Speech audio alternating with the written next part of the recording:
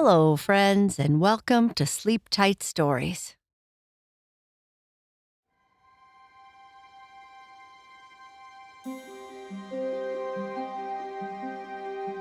Margaret is a sweet girl who always does what she is told. When she turns 8, she cannot wait to finally get to go to her friend Mary's house by herself. On the way, a twig gets caught in her wheelchair tire, and she falls over, trying to stop herself by pushing on a tree. But the tree is not hard like she expected, and she gets sucked into a whole other world. Margaret and the Secret Soft Tree, Part 2. "Tell me everything," Margaret said to Eloise. "There's no way to tell you everything," smiled Eloise. She held on to Margaret's sleeve. "Now, would you like to fly?" Before Margaret could answer, her feet started to leave the ground. Margaret looked down at the white trees getting smaller and smaller against the fluffy pink of the ground, and the smile on her face grew bigger and bigger. The clouds in the purple sky were all different shades of the rainbow, and they tasted like cotton candy, just like she always imagined clouds would taste. When she woke up this morning, she couldn't walk, and now she was flying. This was the best birthday ever. The other fairies heard that the human fairy princess had arrived, and while Eloise had her out for her flying lesson above Gardenia, they were busy putting together a party. And, as anyone who knows anything about fairies knows, fairies need hardly any excuse at all to throw a party. To keep Margaret from seeing what they were up to, a fairy named Ruby draped an invisibility cloth over the section of the forest where the party would take place. There were sugar plum cupcakes being baked, dewdrop tea was being brewed, and the younger fairies were sewing a crown of daisies for the guest of honor. News was spreading across Gardenia that the chosen human had arrived, and they were all excited to catch a glimpse of her. See, only the oldest fairies were allowed to go through the secret soft tree into the human world, so most never got to see a people person. Eloise took Margaret around to see lots of different fairies at work. She saw sewing fairies with tiny measuring tapes around their necks, stitching up wounded dragonflies and patching up spider webs. She saw nurse fairies tending to sick fairy children, and crafty fairies were painting butterfly wings and cutting out snowflakes. Every time they met someone new, the fairy would bow to Margaret and tell her that it was an honor to meet her. Margaret was having so much fun that she started to forget about home. But Margaret's home certainly hadn't forgotten about her. Back at Margaret's house, Margaret's mom and dad were washing up the dishes and wondering if Margaret was having fun at Mary's house. "Should we have let her go by herself, Brian?" said Margaret's mom, with that worried look on her face that makes mothers' foreheads wrinkle up. "We have to let her go sooner or later," he replied. "But I think I'm going to make sure she got over there okay. I'm going to take Buster for a walk and see if I can spot her." Margaret's dad put a leash on their golden retriever and started out down the path. Margaret and Eloise were watching a fix-it fairy replace some scales on a rainbow trout when a young fairy appeared and told Eloise she was needed in the forest. Margaret was excited to see the fairy forest. Without even thinking, she jumped up in the air and started to fly. Until now, the only way she could fly was with Eloise's help. The fairies cheered because Margaret's magic was starting to settle in. Margaret smiled bigger than she'd ever smiled before, and they all flew off towards the forest with a tinkling sound and a puff of fairy dust. When Margaret and Eloise got to the clearing in the fairy forest, there were flowers everywhere. They were sewn into garlands of all sizes. There were rose petals all over the ground. Music was playing and fairies were dancing. It was a party. "Happy birthday, Princess! Long live Margaret of Gardenia!" sang hundreds of fairies in unison. Margaret felt like a giant in this fairy world, but she also felt like a true princess, especially when the young fairies flew up and placed a crown of daisies on her head. The breeze from their flapping wings made her eyelashes flutter. Margaret's dad started along the path he'd cleared through the woods for Margaret. Buster began to bark, and he began to run down the path ahead of Margaret's dad. "Buster, slow down!" Buster was following Margaret's scent, right to the secret soft tree. As the fairy musicians entertained with a lively Celtic reel, Margaret clapped and danced and feasted on sugar plum cupcakes and cups of dewdrop tea. Margaret was just getting the hang of dancing a jig with her new feet when suddenly the music stopped. A silence fell over Gardenia, as if a great cloak of quiet had been draped over the land.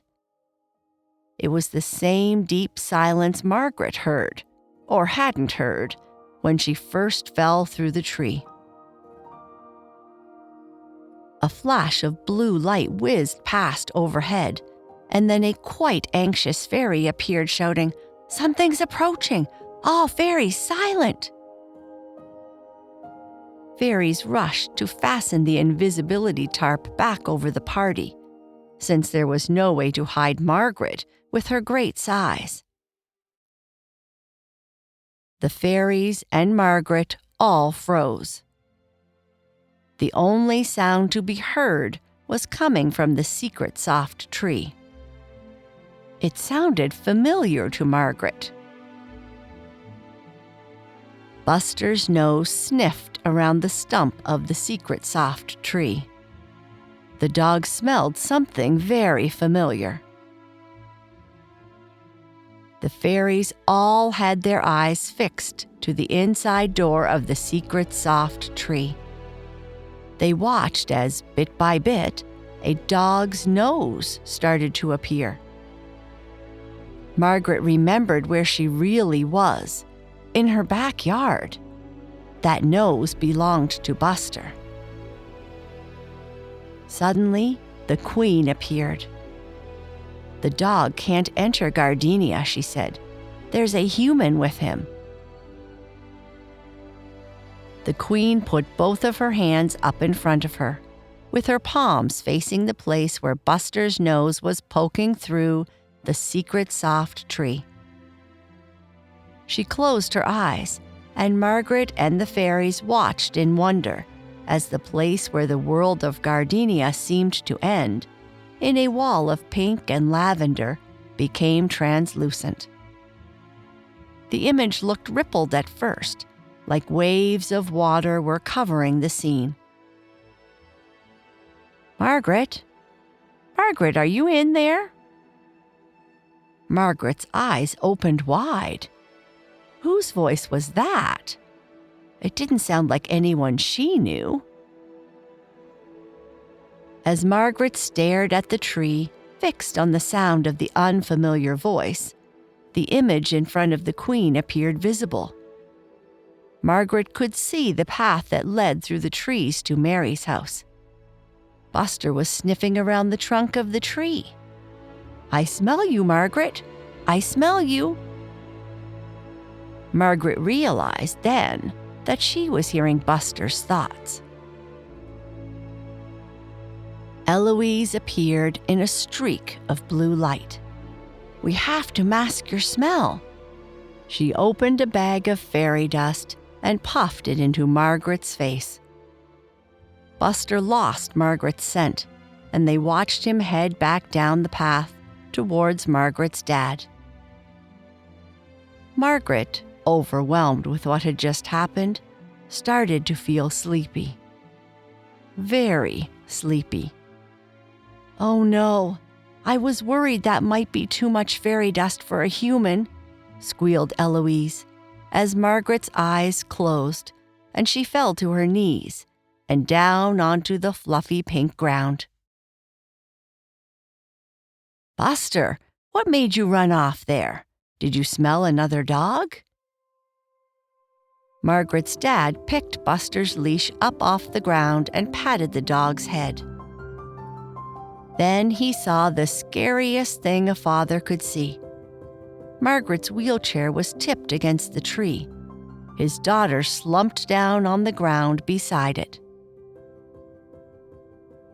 Margaret's dad ran to her. "Margaret, Margaret, wake up! Can you hear me?" Her eyes started to open. "Eloise?" she said. "Oh, thank goodness," said her dad. "What happened? You must have fallen and hit your head." "Daddy?" said Margaret.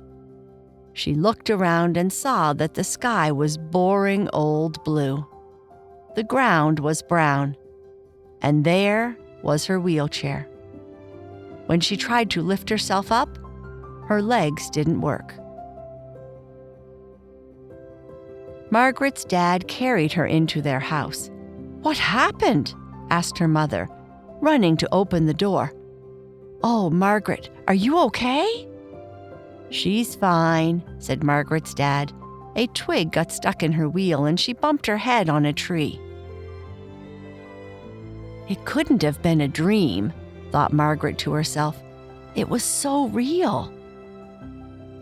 She rubbed her head, hoping she wouldn't feel anything, hoping that this perfect world wasn't all in her imagination. But there it was, a large bump on her head where she fell into the tree.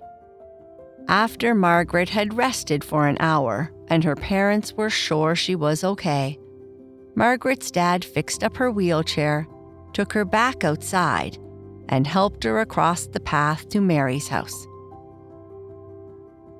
Mary and Margaret played for the rest of the day. But playing dolls and making puzzles wasn't much fun compared to painting butterflies and cutting out snowflakes. Cookies and milk weren't quite as tasty as dewdrop tea and sugar plum cupcakes. Later that evening, when Margaret was in bed, reading and daydreaming about what it felt like to be a princess who could fly among fairies, her mother came into her room to say goodnight. "I'm sorry you didn't get to go to Mary's by yourself today," said Margaret's mother as she sorted the laundry to be washed. "I know you were hoping to have an adventure on your first day as an 8-year-old. She checked the pockets on a pair of Margaret's pants and pulled out a tiny silver object, the size of a pair of nail clippers.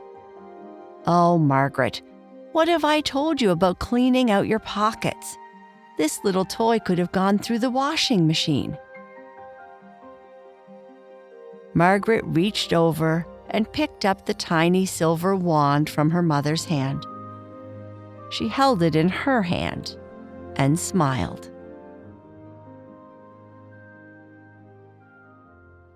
And that is the end of our story. Good night.